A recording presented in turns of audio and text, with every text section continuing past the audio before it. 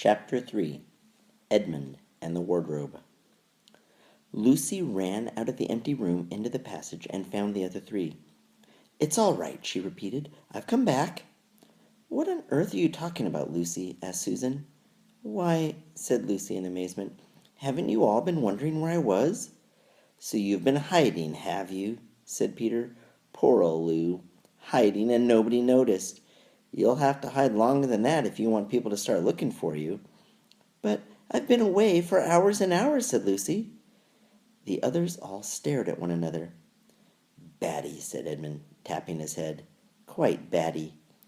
"What do you mean, Lou?" asked Peter. "What I said," answered Lucy. "It was just after breakfast when I went into the wardrobe, and I've been away for hours and hours, and had tea, and all sorts of things have happened." "Don't be silly, Lucy," said Susan. "We've only just come out of that room a moment ago, and you were there then." "She's not being silly at all," said Peter. "She's just making a story up for fun, aren't you, Lou? And why shouldn't she?" "No, Peter, I'm not," she said. It's a magic wardrobe. There's a wood inside it, and it's snowing, and there's a faun and a witch, and it's called Narnia. Come and see." The others did not know what to think, but Lucy was so excited that they all went back with her into the room. She rushed ahead of them, flung open the door of the wardrobe, and cried, "Now, go in and see for yourselves."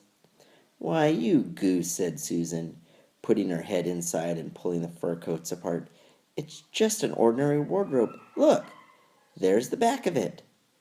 Then everyone looked in and pulled the coats apart, and they all saw, Lucy herself saw, a perfectly ordinary wardrobe. There was no wood and no snow, only the back of the wardrobe with hooks on it. Peter went in and rapped his knuckles on it to make sure that it was solid. "A jolly good hoax, Lou," he said as he came out again. "You have really taken us in, I must admit. We half believed you." "But it wasn't a hoax at all," said Lucy. "Really and truly, it was all different a moment ago. Honestly it was, I promise." "Come, Lou," said Peter. "That's going a bit far. You've had your joke. Hadn't you better drop it now?" Lucy grew very red in the face and tried to say something, though she hardly knew what she was trying to say, and burst into tears. For the next few days she was very miserable. She could have made it up with the others quite easily at any moment, if she could have brought herself to say that the whole thing was only a story made up for fun. But Lucy was a very truthful girl, and she knew that she really was in the right, and she could not bring herself to say this. The others, who thought she was telling a lie, and a silly lie too, made her very unhappy. The two elder ones did this without meaning to do it, but Edmund could be spiteful, and on this occasion he was spiteful.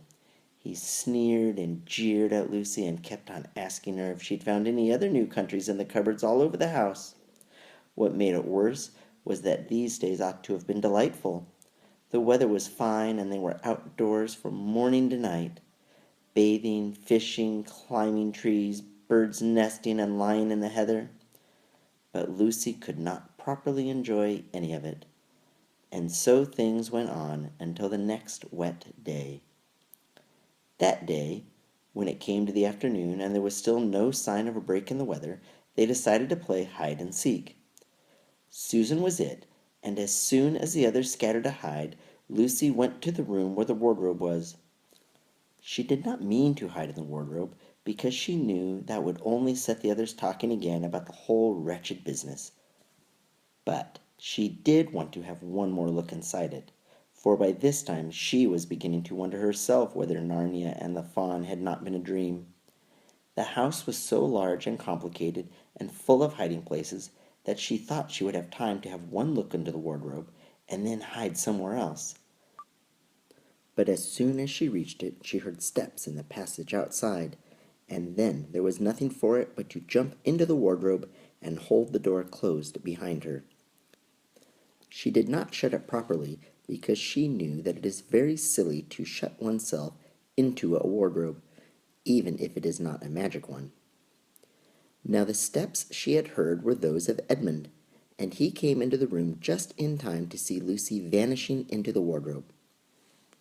He at once decided to get into it himself, not because he thought it a particularly good place to hide, but because he wanted to go on teasing her about her imaginary country. He opened the door. There were the coats hanging up as usual, and a smell of mothballs and darkness and silence, and no sign of Lucy. "She thinks I'm Susan come to catch her," said Edmund to himself, "and so she's keeping very quiet in at the back."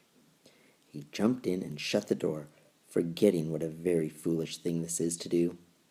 Then he began feeling about for Lucy in the dark. He had expected to find her in a few seconds, and was very surprised when he did not. He decided to open the door again and let in some light, but he could not find the door either. He didn't like this at all, and he began groping wildly in every direction. He even shouted out, "Lucy! Lou! Where are you? I know you're here!"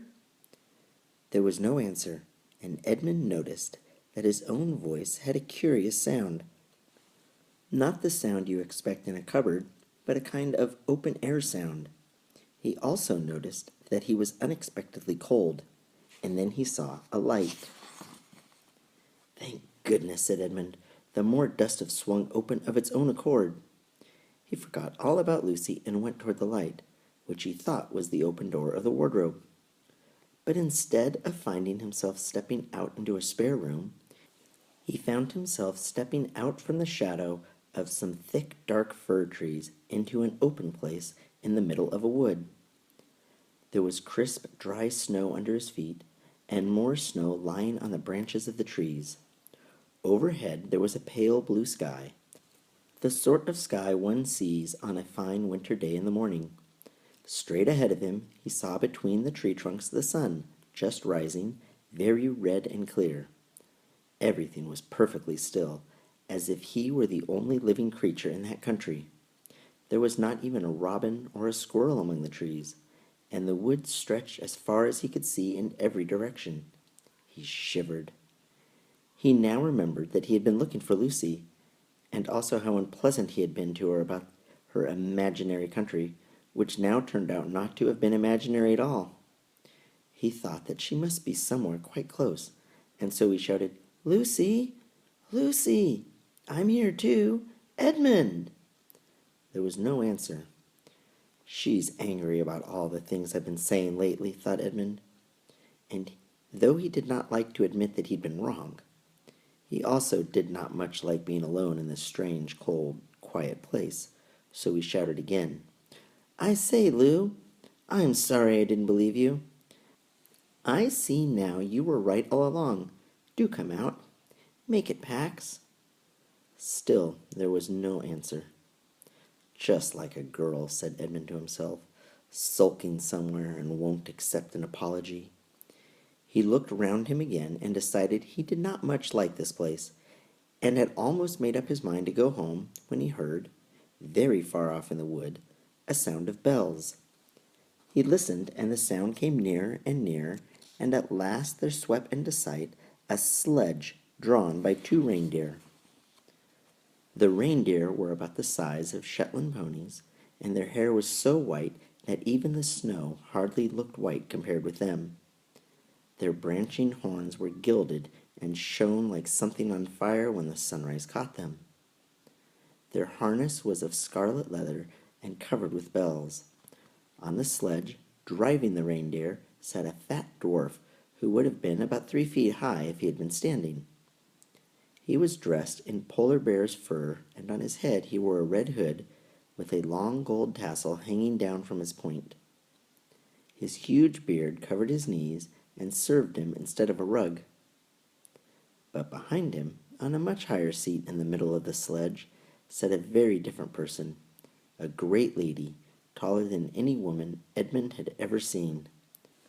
She also was covered in white fur up to her throat, and held a long, straight golden wand in her right hand, and wore a golden crown on her head. Her face was white, not merely pale, but white like snow, or paper, or icing sugar, except for her very red mouth. It was a beautiful face in other respects, but proud and cold and stern. The sledge was a fine sight as it came sweeping toward Edmund with the bells jingling and the dwarf cracking his whip and the snow flying up on each side of it. "Stop!" said the lady, and the dwarf pulled the reindeer up so sharp that they almost sat down. Then they recovered themselves and stood champing their bits and blowing. In the frosty air, the breath coming out of their nostrils looked like smoke. "And what, pray, are you?" said the lady, looking hard at Edmund. I'm, my name's Edmund," said Edmund rather awkwardly. He did not like the way she looked at him. The lady frowned. "Is that how you address a queen?" she asked, looking sterner than ever. I beg your pardon, your majesty. I didn't know," said Edmund. "Not know the Queen of Narnia?" cried she. "Ha! You shall know us better hereafter. But I repeat, what are you?" "Please, your majesty," said Edmund, "I don't know what you mean. I'm at school. At least I was. It's the holidays now."